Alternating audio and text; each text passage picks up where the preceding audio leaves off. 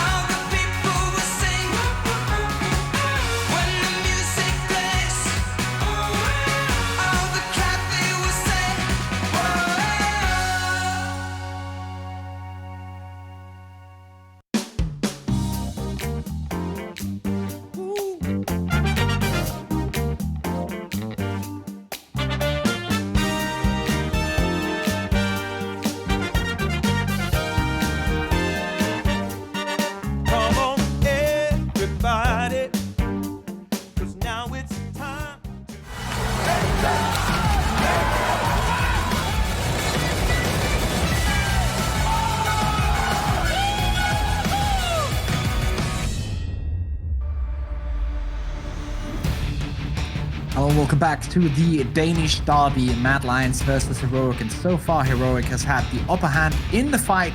They're definitely looking like the stronger team. My name is Risk. Alongside me is Tom Biz. We're going to be your guides for this next map coming up. Will there be more than one though? That's the real question. Yeah, that's the question, really. Like, is it going to be one more map and then we head over to the NA guys, or are we at least going to get a little bit of a show? Because that's the big thing for me, is that realistically, I don't think the first map we saw was awful. Like, there were definitely some moments. It was a very slow start though, which was definitely a bit more of an issue. And going into Inferno, if you have a slow start and you have communication issues, you're dead in the water. Like, you don't stand a chance, especially on the CT side. So I'm hoping that we'll see slightly better from Mad Lions. The only worry for me is this is now Heroic's pick. Yeah, before the break, this was a map that Heroic liked to play. It was not a problem for them, around 70% win rate. For the guys over at Mad Lions, they played it twice, and they won one and lost one, as far as I remember. So this is not a map that they have played a lot, but we have to focus on the fact that this is after a month of break. So all those stats, we can't really use them that much. Counter smoke here. Roy with a deep grenade does 50 plus damage. He's at least whittled away a couple of players. The problem is it's still going to be an after plant position and a very nice take from the side of Heroic. 2 players retaking from Banana, though. That's going to be interesting, because they don't really have a setup for it right now. Stown is watching from this tough angle. I like this, though. They're taking control of the church. And that's going to make this retake even tougher. So many angles being held and no real position to get back into the round. I think that was an important point, though, is that if they were in the positions they were initially in when that banana flank comes in, that's really tough to hold on to. But I like the fact that Heroic then went, okay, we're gonna take control past the coffins into the church side, and then basically there was nothing that the remaining players could do. Exactly, and you could almost see it came from the communication from Stown, who was watching the banana. He then turns and watches CT and says, okay, they're 1 or 2 close, not in church yet, and then the movement just comes on the back of church. They know, okay, we can take this area and hold it because we have a weak point in the banana angle. So very nicely communicated. Once again, we're guessing, we don't have the team's communication, but that's what it seemed like. We should get you in there. You know, you can translate everything. Obviously, the Mad Lions one should be in English, but oh, Innocent is so flashed. He got chain flashed. That's 2 flashes, maybe even 3 in a row. Completely. You reckon they switch now? So, like in a round like this where he's already dead, they just go, "All right, Innocent, sorry, bro." They would probably do it for now, but going down further the stretch, if he's kept on the team, then they should keep it in English. But for now, where it's still so new and so fresh, then they would probably. But there's not a lot to talk about anyway. Yeah, that's true. But also, we have to remember the fact that they have a coach who's not Danish also. So the communication in practice, when they're not playing, has been in English also. So it's not like they don't know what they're doing when like English is being spoken. The main like point with Danish people talking English is that our accent is terrible. But vocabulary and everything is fine, so we can easily speak the language. Then again, saying that, like wasn't Peacemaker also the coach of Tai Lu? Yeah, he's been everywhere, man. So he probably does know how to work with people who have absolutely no idea what he's saying. that is true, yeah. He had to talk to Ben Tet, who spoke a bit of Chinese, who would then try and translate it for the rest of the team. This is way easier. Yeah, this is simple. He just has to communicate clearly in English. That's it. No worries. Doesn't have to rip his hair out like Blair probably did if he would have been involved in that team. It's all right. Ben Tet's free now. He's free. Free like a bird. Double nade stack doesn't really do anything because Heroic are nowhere near the position. They actually got scared from that Molotov coming in early, and now the re-aggression takes place. They're gonna take top banana, easy peasy. 1 player rotating in from the CT side, and Nico gets all the space in mid that he needs. Heroic in this situation, they don't have to do anything. They don't have to force any issues because they know that they can just run into a bomb site with 20 seconds to go and just have the better weaponry. They're just trying to take every advantage they can get, trying to make Mad Lions do a panic move, push aggressively, get out of position. The only worry is that, remember, a lot of the weaponry that was kept from the previous round is still in play. There's a few deagles here and there. Is that aggression? The flashbang's good. It's going to be shush, actually, with a couple, making things a bit more costly. Now, Astillion was just sat back on the side. They did spot a flash come from the B side, so they should have still known that there was another player there. And now it's left all onto the remaining Deeg of Acor. Even a kill here would be great. Just force a few more rebuys because there's already a lot of money being built up. And although he gets the first very clean, the second won't quite come through. Only 2 players surviving for Heroic, but ultimately all this really means is their bonus round is slightly less of a bonus round. Yeah. It's only going to be 1 M4 really, and then Agilil, the rest of the guys are going to be on full weapons. Yeah. I kind of feel like they lost too many weapons here, even though it's only bonus weapons for Heroic, but I kind of feel like they let too much. Cocadian actually hasn't bought an AWP. He's on a Desert Eagle right now. Full utility, so they actually, what they're saying right now, Heroic, is that this is our bonus round. We're going to keep it bonus, and we can buy the next one if we lose this, and get an AWP as well.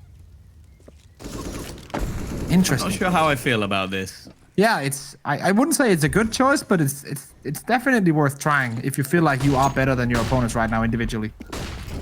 This is a nice Tesla's could have just given him something and then bought an AK, but either way, the round is underway. And it is working fairly well considering what was invested. Now, Cadian's got himself an M4, so it really isn't too much of a problem. Maybe knowing that they were going to go for a faster play in this round. And they've ended up in a 3v3 with rifles on either side and an after plant position. I think they'd be quite happy with that. For sure. Interesting choice, but it does work out. Aiko with the AWP, very hard for him to retake, but he does have a Molotov and a nade, so he can kind of shuffle out some of these positions from the CTs. But he is coming from short. That means that he can only go for the well, position where Stown is in currently. Now he knows there's one at the bike. Roy trying to come in, get his first frag of the map. Stown is just dueling. Doesn't see anyone. Cadian sprays away like a madman. We'll get something from it, though. Bomb is still ticking away. There is no kit. This round is won. They can't defuse it. There's no time. Oh, dear. Well, it seems like Cadian's going down with the ship. Yeah, but only one player surviving. Okay. Yeah. They lose a player as well because of the deep plant. So that is not a bad round at all.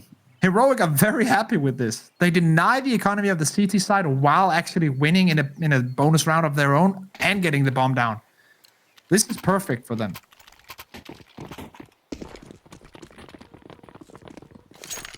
Aiko, of course, AWP is saved by someone else, so I'm surprised to see him try and be a little bit more aggressive in this round. But I think Heroic will know that, well, firstly, they've made a hell of a lot of cash, but also whatever's on the other side is probably not going to be ideal. And in fact, they're already taking some pretty hefty control into the middle. Oh, just that couldn't have been worse timing. And Deco doubles up. A-site completely on lock, and but it's looking like an almost carbon copy of what we had in the last map. A very strong early start from Heroic, and probably the last thing you want to see if you're a Mad Lions fan. This is going to be a save of the weaponry they have stacked up. Of course, still Innocent with head armor and some utility. I would like Roy to just see if he can get something done, steal an AK away or do some damage, because that Desert Eagle doesn't really matter. But Aiko and Innocent definitely has to stay put. And that will be the game plan for the remaining part of this round.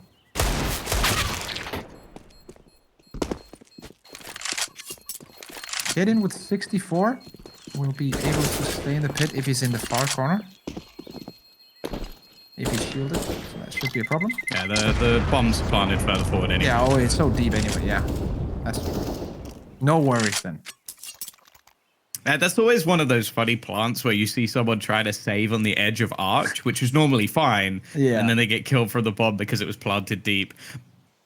But it's actually a pretty powerful position, especially if you have apps control. I feel like that's one of those like late after plant positions that you can utilize quite well.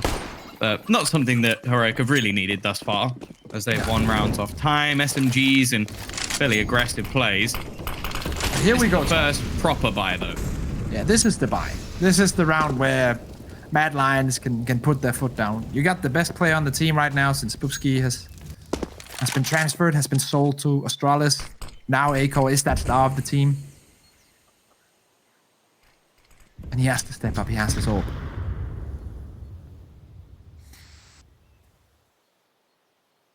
He had a very good first map, but I feel like there's a lot more opportunities for him on a map like Mirage. Oh, would you say there are more opportunities on this map? Yeah, that pun's been used to death. Like, it's probably the most overused pun in all of Counter-Strike. That's why it's the best. Bad jokes are the best jokes.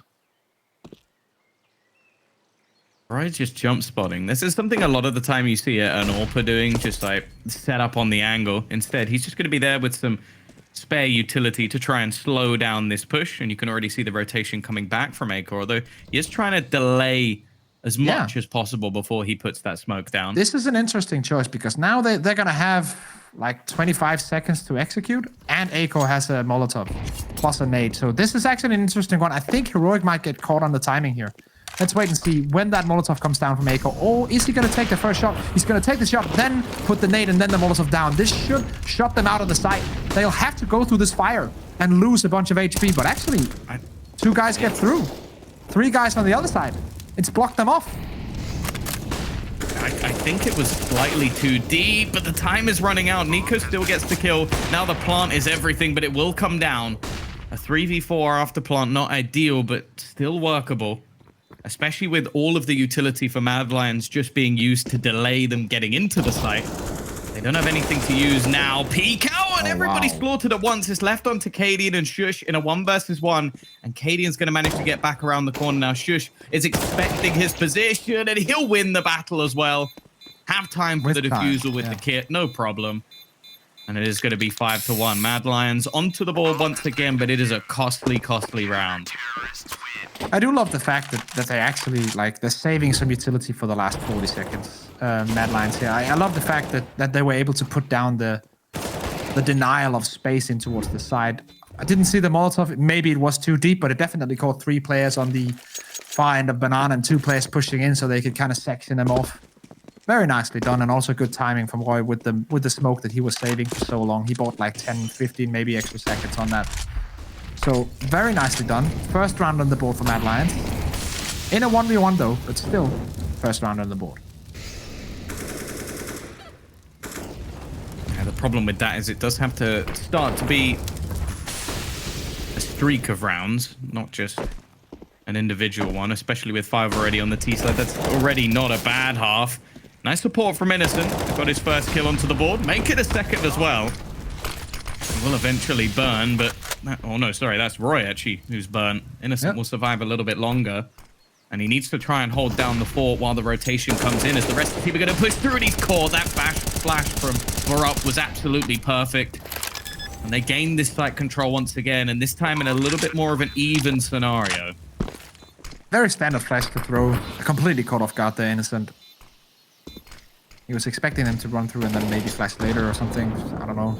Definitely didn't work out. Cadian at the second box. Just hiding, just waiting. The CTs have to make a move first.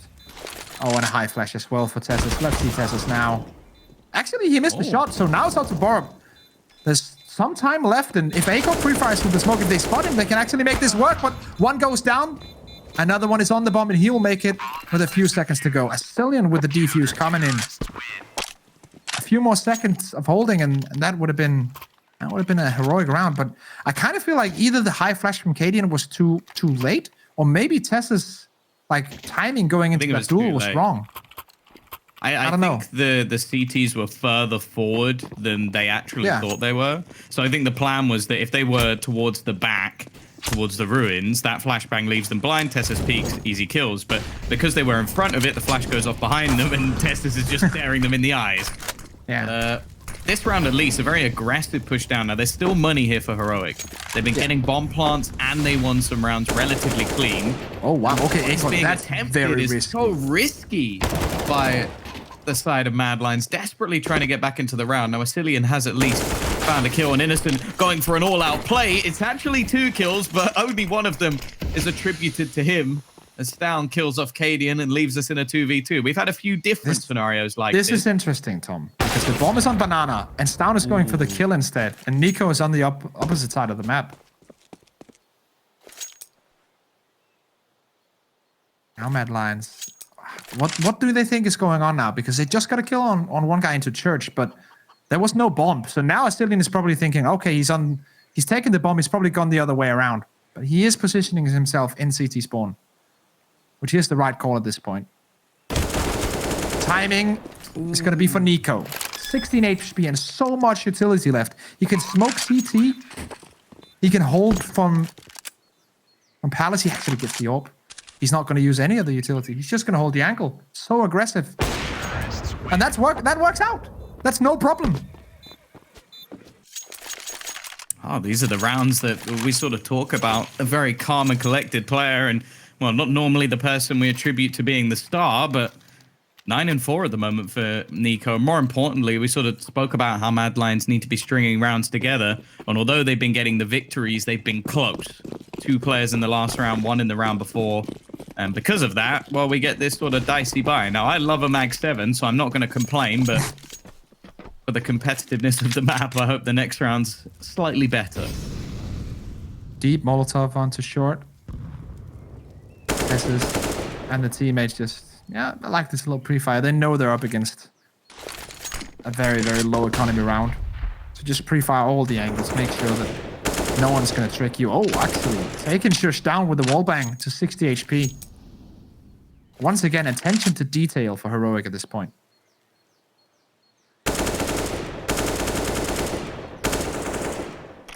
Shush is just not getting a break. No. Oh, they're going to try and push, and Tessus is waiting. They double upped into the apartments. Well, Shush actually gets the win in the end. I'm quite surprised by that. I didn't think out of all the players left alive, he'd be the one to get a kill. And if anything, his is the most valuable, as he makes a fair bit of extra cash off the back of that. But even still, 4 players alive for Heroic after a couple of close rounds. It keeps their economy nice and strong going forward. For the CT side, once again, they're up with a purchase. Smoke for Banana being thrown here. So let's see some early pressure from Heroic towards that position. Right, oh, man, pushed all the way back. He's actually expecting a full push. That's why he throws that bounce grenade on the wall, but nothing's happening. Look at that. 2 Molotovs burned and 1 nade. They were expecting a full push onto B. Roy has nothing left. His teammate Innocent has a smoke left with 125 on that B bomb site. So if they can bait out the smoke, and they do actually, there is no utility left to contain these terrorists on Banana. And I think maybe Katie knows this. So he's calling, let's just wait it out. You guys make noise in mid. And then in 20 seconds, you come hit Banana and there's nothing they can do. Yeah, very nice. A couple of flashbangs. That's pretty much it. And there's not been any rotation, no alarm bells rung just yet.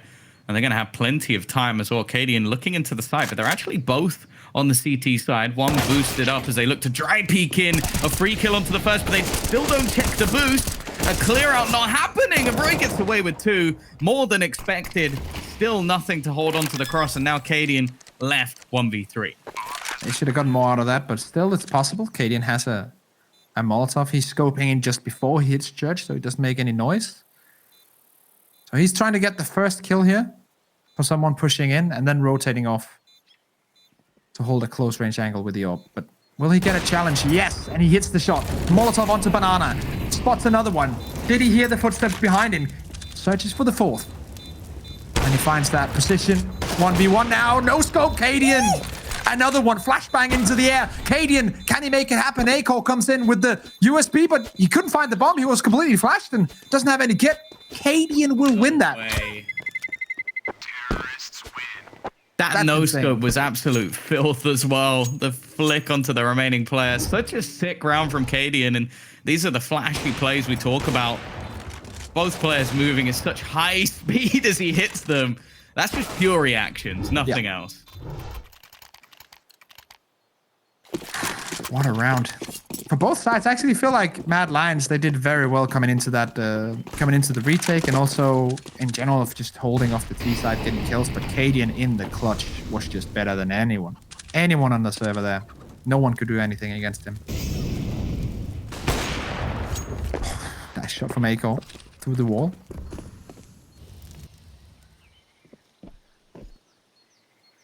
Now another chance. He had the impact we saw on the last, and he's going to get overwhelmed after the missed shot.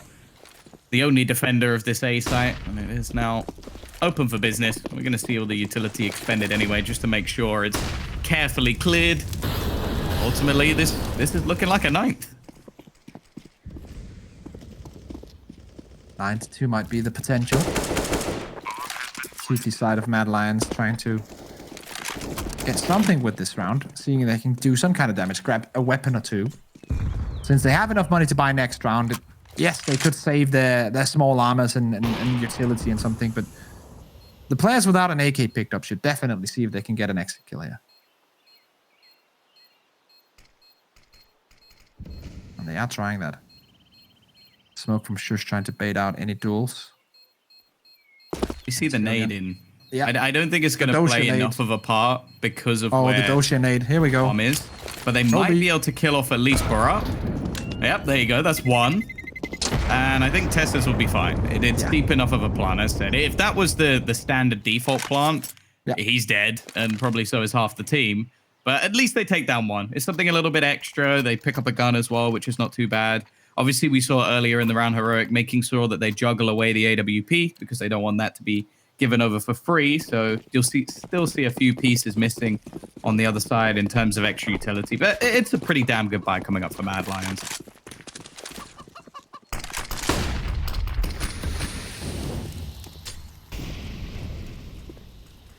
Go in the smoke on Banana. There are actually 3 players here, and he'll spot Kaden. Surely no, Kaden sees him instead. That's always such a hard thing to kind of understand from the angle that we are watching from. It's not exactly always the same with the smokes and how they view them, the players. Definitely thought Eiko had that one on lockdown, but Kaden got the better of him. Double Molotovs towards Palace. Innocent cannot rotate in. I'll have to wait. That smoke makes no sense. And Asilian will do a great job. I think the smoke maybe bounces back a little bit if there isn't a Molotov there. Instead, it lands on the Molotov. But we still end up in a 1 versus 2. The first kill already going the way of Stown. Hasn't had much to do so far in this series, but it's definitely winnable, especially with the afterplant position. But I like this wraparound from Asilian to team up with Roy. Interesting. Will both be coming from the same angle. Deep smoke expended. Nade thrown in, but it's only going to be one. A nice attempt from Stown. Again, every time we see Mad Lions get around onto the board, it seems to be a huge amount of cost. Yeah. And well, it's only going to be 1 player alive again. Once again, like I like the call here from Asilian and from Mad Lions. They know they're in a 2v1. They have an idea that he's contained on the bomb side. Just go for a trade. Like, no reason to try and make an epic play where you just go in and get the 1v1 duel. Just make sure that if the first guy misses the frag, the refrag is there a second later, so you make absolutely sure you win the round. No funny business whatsoever. Nice call. And now 3 rounds on the board for Mad Lions, but they need more.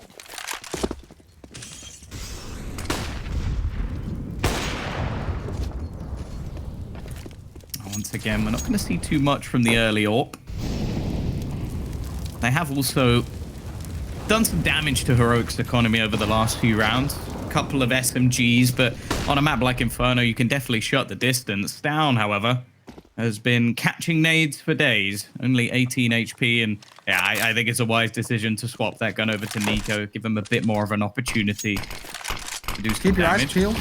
Keep your eyes peeled for the Molotov on Tessus if he decides to use that on the 3rd box position, which currently has Roy there. Let's wait and see. Nope, they'll just push in, and then that position will be very, very good. Finds the first one, finds the second. Roy not with the 3rd.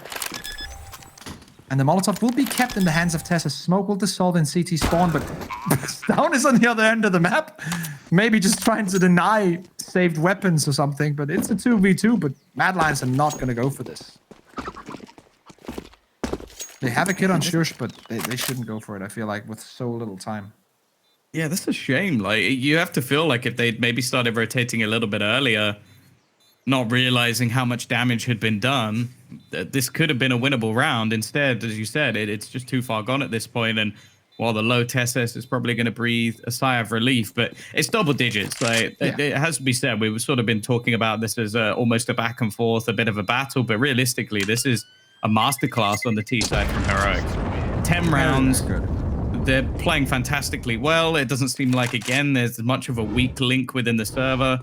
I'm impressed, and sure, this is a new addition to a team and a bit of a change for the Mad Lions squad, but realistically going forward, I think if you're another team in this tournament, you're still going to be sat there thinking, okay, this could be a tough battle for us, especially for the likes of Big, who have just had a bit of a troublesome time facing off against Endpoint.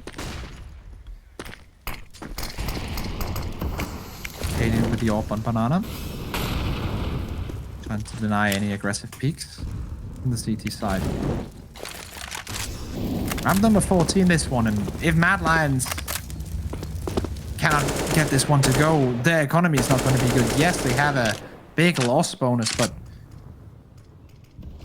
it's not going to be full utility. It's not going to be double AWP. It's not going to be the ideal buy. And Nico with the opener. Secondary from Cadian. Aiko answers back though, but he's only with an M4. Cadian through the box. Okay. Relax, my friend. I don't even need it now. Save those ones for later. They're already winning this round without shots like that.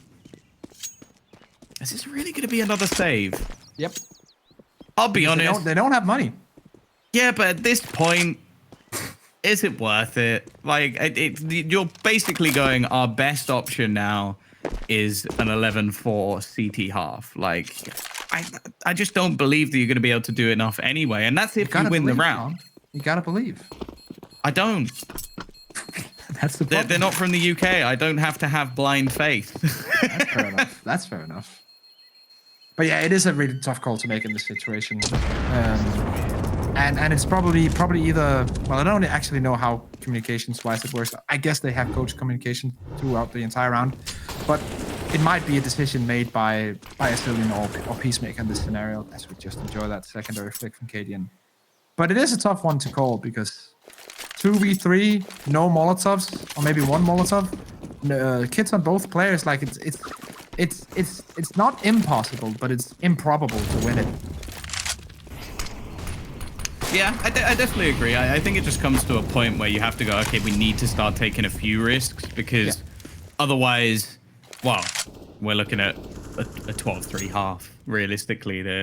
But then again, Tom, like, thanks to these two safe weapons, they get an almost full buy. Yes, they're missing an AWP and some utility. That's the positive.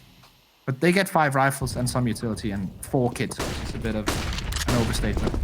Okay. Ooh, here we go. Fast playing towards the A side. It's actually both players up on short and in middle at the moment. It's a bit of a weird scenario, but, well, 2 players already gone. The third will fall as well. And I guess it didn't matter what weapons they had in this round. They've just been absolutely slaughtered. Cadian even taking some aggressive peeks to fight versus Roy. They have no fear at this point, and rightly so. Innocent, the new man on the block, the one Pole within a sea of Danes, trying to put Poland back on the map. And he's just going to get himself a single kill, a second as well. But there won't be anything more. A 12-3 half in favor of Heroic, looking to make this a quick 2-0. We'll see if they can after a short break.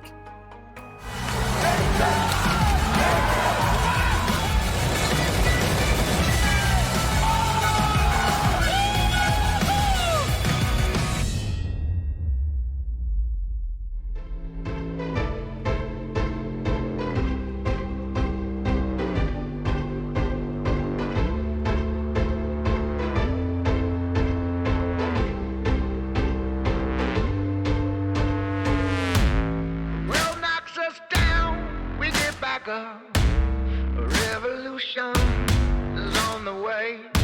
If it's a fight you want, it's a fight you'll get. They tried before, we made them pay.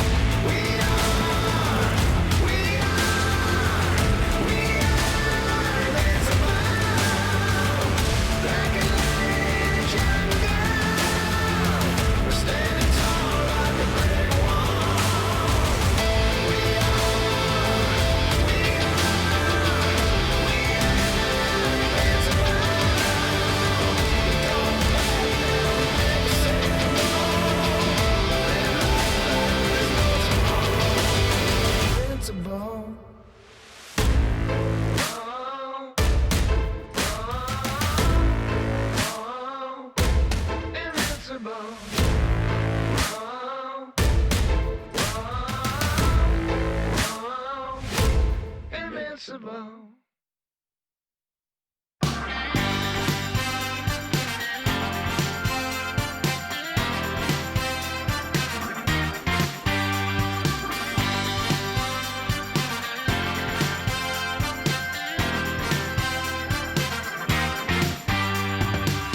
Just got the news that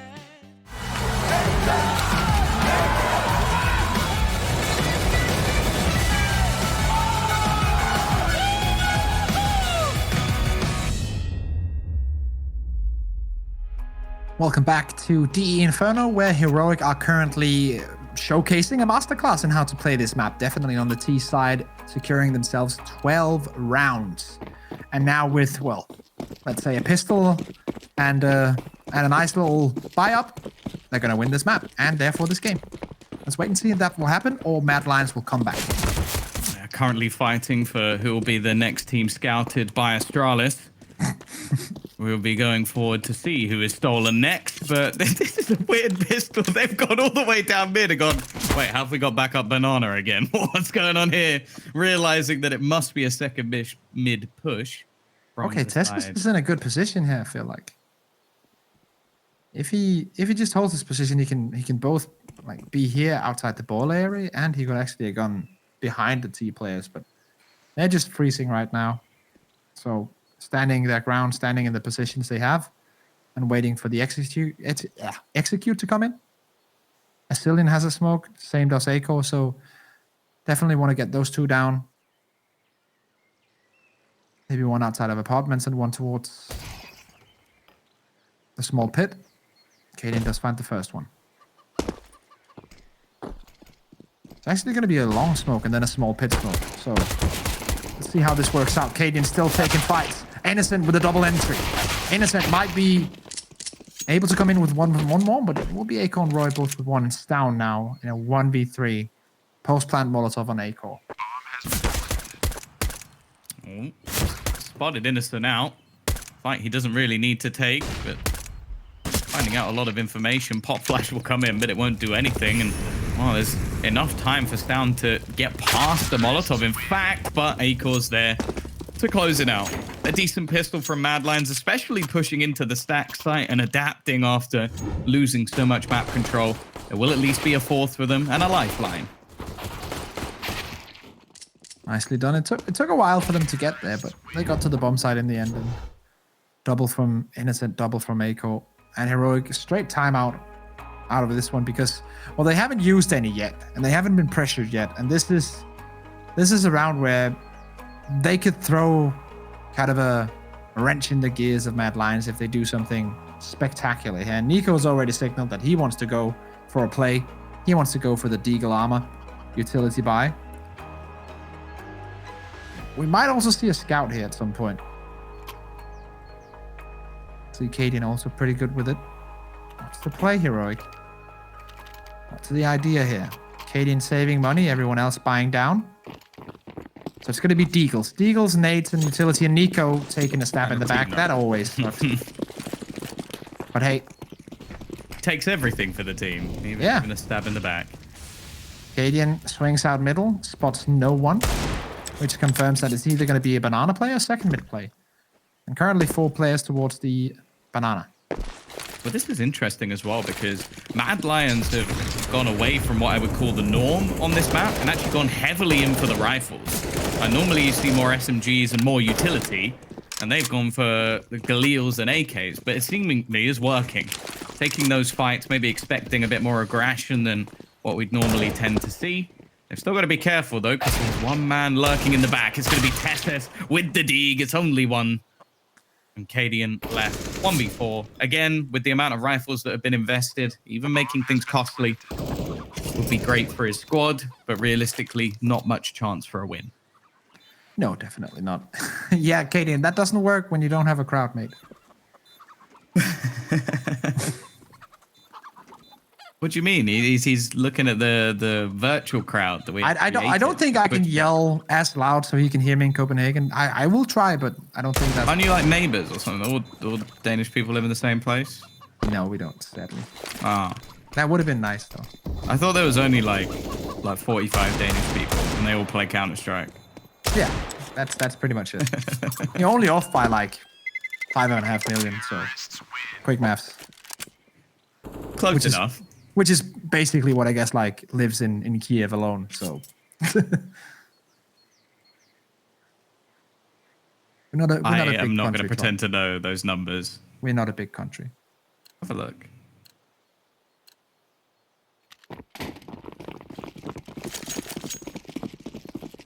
Eco now for Heroic. 2.8 million. Yeah. That's like half of Denmark in one city.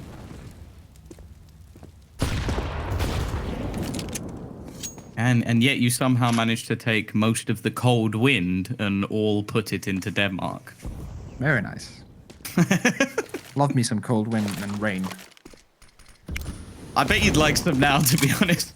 How hot it's been. I ain't complaining. I got like a kiddie pool outside where I can like lay down when it's too warm, so it's no problem. Some guys who are getting warmed up right now, though, are Mad Lions.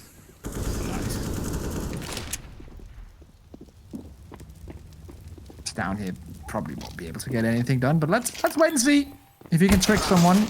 Nah, not gonna happen.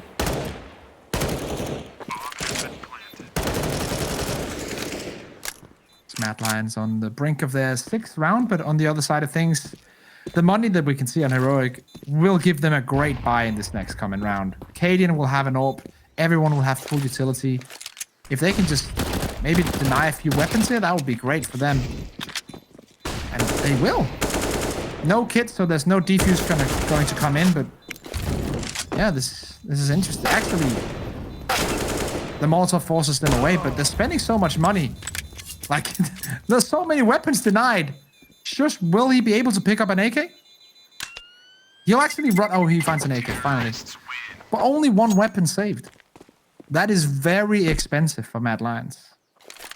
Yeah, that never should have happened, especially once the bomb went down and it was a clean take. That's the most impressive thing from Heroic, is the fact that that was them retaking with nothing and just using the pistols to their advantage, playing together as a squad. And I think we are seeing the polar differences at the moment. There's clearly some synergy and some synergy issues, I guess you could say, on the other side. But as said, it's kind of expected with their current situation. Nade over the top. They're going to put the pressure on Cadian, who's already tagged. And you can see his opposing AWPer on the other side looking for a shot over the top.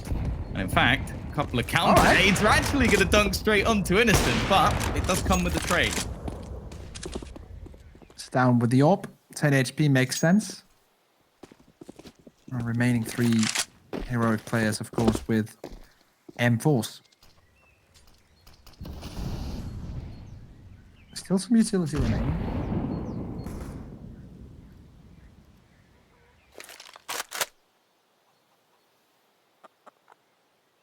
Smoke towards long library.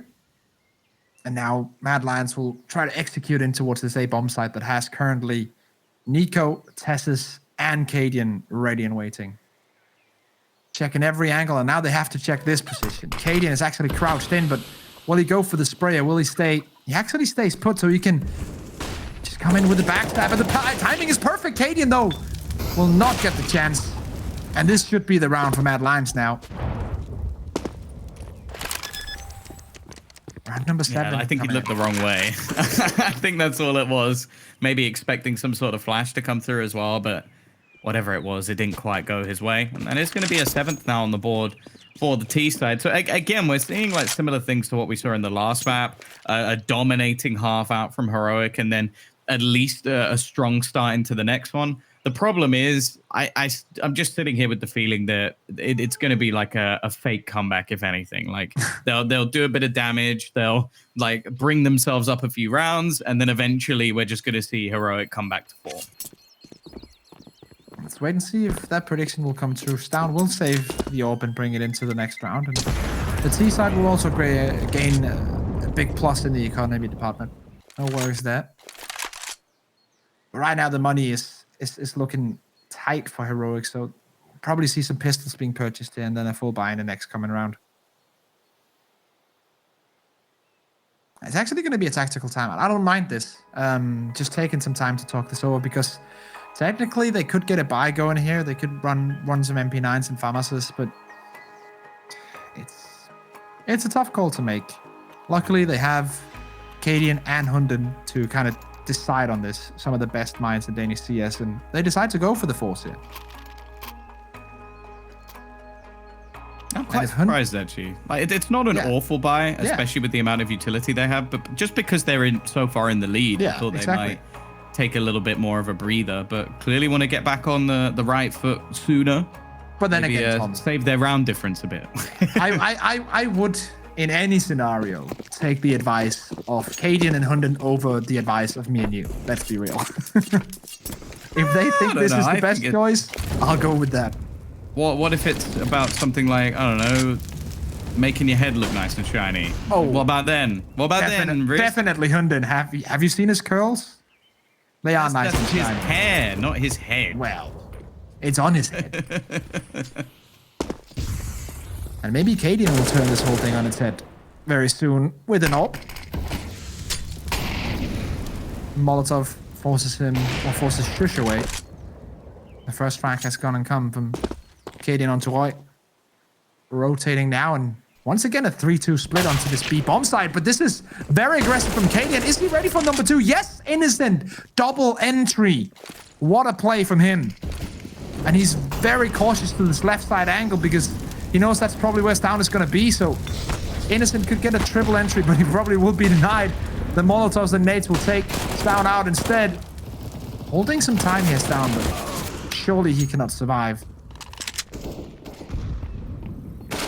And they've heard all the footsteps from Teslas as well. Yeah. It's the same as last time. Innocent just defending his teammates, and Nico might as well just bring a FAMAS. So I think this is going to be the moment where they will have to take their eco. They will have a reasonable amount of money in their pockets. It's not worth letting this one get out of control. Yeah, this is it's kind of an irritating factor because Heroic, when they do the demo review of this one, will feel like they had the correct setup. They were 3 guys towards that B bomb side. They came in with an aggressive play, even after they lost the first one. The second player, they actually flashed him out, but he just got a kill mid-flash. So Heroic felt like they did this round correctly. But they did. It didn't work out for them in the end. That's kind of how CS is sometimes. And even with Nico going down in the end, that's just, that's a tough one to swallow.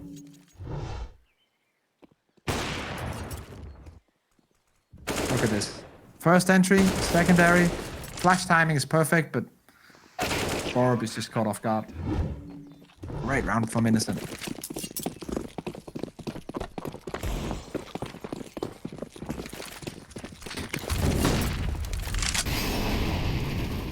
Once again, it's looking like he's going to go for that challenge up towards Banana. Of course, as said, weaker punches. The nades are doing so much damage. Barup on just 10 HP, and well, even Stown isn't exactly healthy at this point. They do have a single smoke, but that's only going to delay. Well, actually, 2 smokes. There's one on Barup as well. It's only going to deny for a certain amount of time, especially with how easy it's been for Mad Lions to actually gain this banana control. Oh. And that smoke, not even a good smoke. It's given quite a big space. Now, granted, it works both ways, but I'm definitely going to be betting on the AWP of Acor a little bit further in that scenario. And now we have to focus on over to Tessus and his teammate up in the apartments. It's going to be Nico. Double deagle crossfire-ish setup. And actually rotations coming in from Cadian and Borup towards this mid. So there are currently 4 CT players towards this bomb site, which is the correct call. Let's see, Tessus, will he grab the first one? No, he won't, but the refrag comes in from Nico. AK grabs and surely just runs away with this one. Down trying to deny a weapon as well and see if he can save that. Yes, he will. And that's perfect. Run away, save those guns. Bomb has been planted. And bring those into the next round. Yeah, not a bad round for Heroic, but ultimately this is still Mad Lions slowly grinding this one back. It's been 6 rounds in a row now. Yeah, look at the money. They have 3 players surviving from this one, and Shush did not survive, but it's still a 9K. Aiko surviving 5-3, Innocent surviving 5-4. Like, they are going to have plenty of money. And they're only going to be 3 rounds behind. So this is definitely a match. If they win the next buy round, this is going to be a tight game.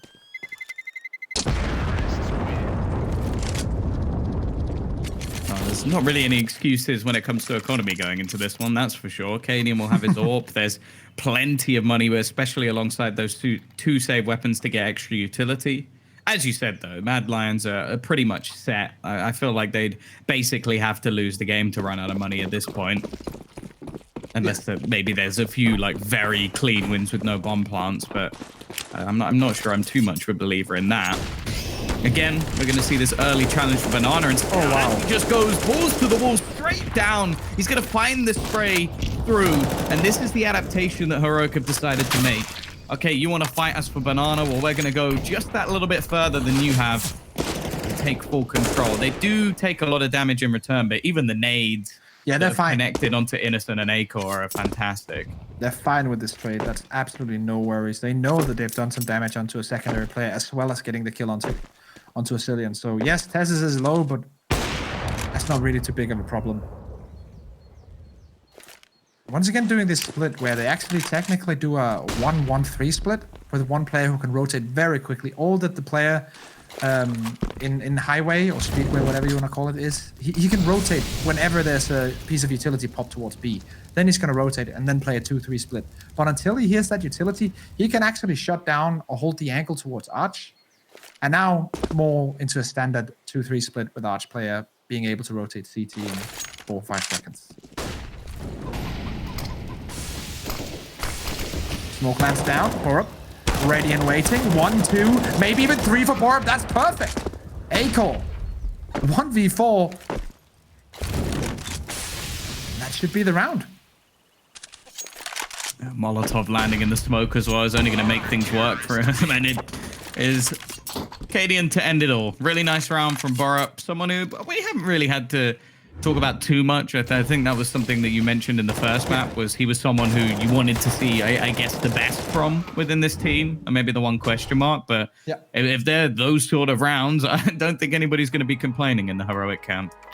And it's a fun story, and we can kind of like focus on it now that there is a timeout. So Borup is of course a young player. He's what, 21 years old right now, maybe 20 years old, something in that scenario. And he's played for a lot of teams. When he started his earliest part of his career, when he started as a pro player, that was in 2016. So he's played in a like decent level of CS in the last 4 years. And some would even argue that when he played for Fraxis in the very, very early parts of 2016, almost making it 5 years, that he was one of the most touted talents in Danish Counter-Strike. I definitely know that I was counting on him to be one of the newer names when he came in around 2015.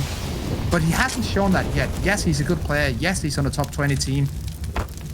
But we expected more. So it's always interesting to see him deliver. Liking the confidence of Cadian, not only to get the first one, but he's going to go back for more. Not this time. He's fallen back to the site. But realistically, you could even see it on Akor's side of things. He's waiting just in case someone does go for the peak, because that is what we've been witnessing from Heroic over the last few rounds, is just the confidence brewing once again. They have used pretty much all of their utility, though. Sure, they've got 2 smokes, but no Molotovs, and only a couple of flashbangs. And considering there's still a minute left on the clock, it's only a 1-man advantage. And for that reason, you can see they're starting to take some risks. That risk is to bring Borup over a little bit earlier, and with the smokes falling, some counter utility being expended, Mad Lions might have to wait a moment longer. And in fact, we're seeing maybe a slight retreat just to check if there's anybody down behind them. Once again, this map, Cadian has been MVP candidate. We'll grab another one here. Tries to get the shot through the box, and he will. Coffins will be destroyed, and so will Akor. It's down on the back of it. Cadian with 2, well, actually with 3, and it's down with 2. Perfect round on that B defense. 23-10, Tom. Yeah, he's had a beastly performance like across both maps, and I'm loving to see it, especially someone that's been within the scene so long. In fact, I think the first proper event I ever casted, Cadian was on the desk. Yeah, that one must have been the major where he was in mouse sports, right? And then No, it was Starladder Invitational, one of the first ones. He was they're taking a break between teams, and they invited him onto the desk. So yeah, nice. I met him a long time ago, and he's a lovely guy, but he's killing it in this server. I'm sure he's not making friends on the other side of things. I wouldn't like to be a Mad Lions player. They said there's all love, but I'm sure after this match they'll be like, damn it, Cadian and its aggressive orping style, shutting us down early. Yeah, he's one of those players who's been in the scene for a long while. He of course came in when the game was brand new back in the early starts of CS:GO. He actually also played in Source on a way lower level, just kind of like Dupree. Him and Dupree's stories are kind of similar. Both weren't on the top level in Source, but played with the greater players in that game. And then they moved to a better game. CS:GO came around, and then they started to flourish. This is an interesting position from Barup, but it works with the trades. Maybe a little bit greedy from Stown, though. Especially when you're the last man standing on the B site. Could have got away with the advantage. Instead, peeks back in, hands Innocent a freebie. And now they're selling the fake, although it hasn't really worked. The peek coming back out, and Nico just to execute Shurshin. Now they're running into a site where they at least know there's a player, and I don't even think they'll have any idea that Tessa hasn't budged from the pit. He just sat there waiting. They're not even going to check it. They'll be like, why would someone still be there? We sold the fake. They would have rotated, right? Nah. Still just sitting there waiting. No questions at all. And Heroic 15-9. There was, as said, what I want to call the fake comeback from Mad Lions, as they do get back to 9 at least. Make the scoreline look a little bit more respectable, but after the 12-3 half, it has been all Heroic again in this second map, and they're looking to close it, what is against some pistols alongside a couple of AKs, at least some extra utility, but definitely a much weaker buy than what Heroic has. Cadian is very close to going plus 30 frags for this series. If he gets 3 in this round, that will be a plus 30 series from Cadian. That is absolutely insane for someone in his role as AWPer and endgame leader. That's only, I can only think of MSL at DreamHack Masters in what, 2 years ago, 2018? Of someone who's actually done that. That was, of course, a bigger tournament, but still. This is a great performance from Cadian. Well, Tessus waiting. Cadian is in the right place at the right time, but it seems like they're just hunting down the frags. He's got 2. He said he needed 3, so there's 1 more on the board, potentially, and he's going to be denied. In fact, the kill going back the other way somewhat ruins that. That's some nice damage through the wall from Acor. And an even better one from Barup. It is going to be a 16-9 scoreline. It's Heroic to take it over the line as expected, but you know what, Risk? We expected a few teething issues from the side of Mad Lions, so it's not the end of the world. It definitely isn't. This is a long journey for the Mad Lions team, and one that Innocent will be a part of for a long time, I think.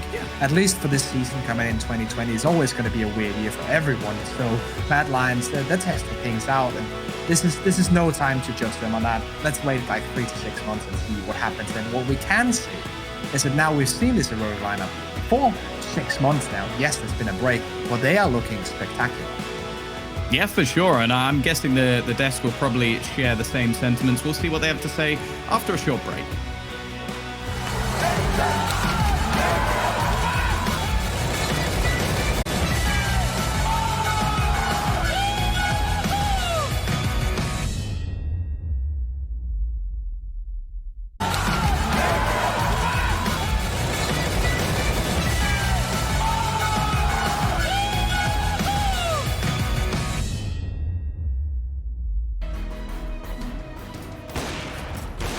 Sealing the deal 16-9 on Inferno, it was a solid 2-0 for Heroic against hometown rivals Mad Lions.